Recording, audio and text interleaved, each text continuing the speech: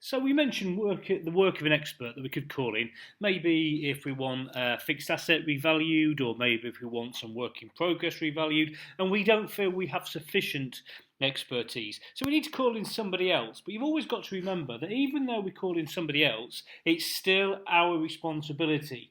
It's still our opinion that counts on the revaluation or on whatever it might be, not theirs, okay? So it's a little bit like the work of the internal auditor.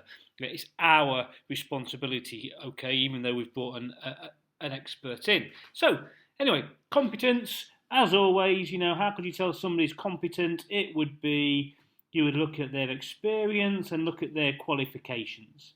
Okay, so they need to be competent. They also need to be objective, so not related to, either literally related to, or working for the client or a friend of the client. So got to be competent, they've got to be objective. Once we're happy that they're competent and objective, then we can think about using them.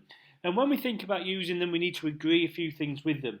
We need to agree the scope and nature of the work. They need to know exactly what it is they've got to do and why they're doing it. They also need to know, and we need to be clear, the responsibilities that he has in doing so, and the responsibility that we have.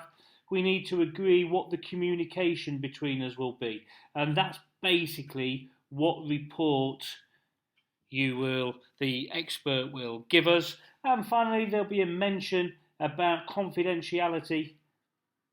Okay, again, client confidentiality is really important, so make sure that he understands that. So once the expert then gives us his report, he will give us that will be evidence, won't it? So the evidence, the report, will be what we've got to then do with it is we've got to then see if it's consistent with other evidence that we've got, other evidence we think. So if we think that if he's valuing a building and we think, well, I've seen another building very similar to that at a similar price, then that would be consistent. If it's not, we need to do more work. Remember, it's our responsibility. Now, this is the really important bit. We need to check the assumptions that they have used. Even though they are the expert, we need to understand and agree with the assumptions that they've used. Okay, so we need to have some knowledge of what it is that they're an expert in. Okay, so we do need to have understand the significant assumptions, and we also need to understand the accuracy of any source data that they've used.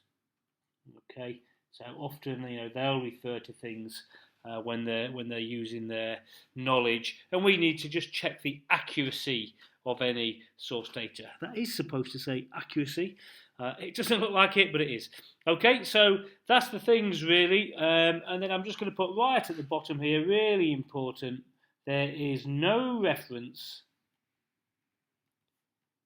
to the work of an expert in the report, in our audit report.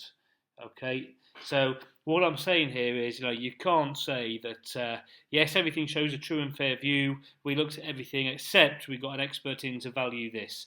That's not good. It's our opinion, not theirs. And so there's no reference to it, because the work of an expert is simply just us gathering evidence, and then we will decide whether that evidence is sufficient and appropriate.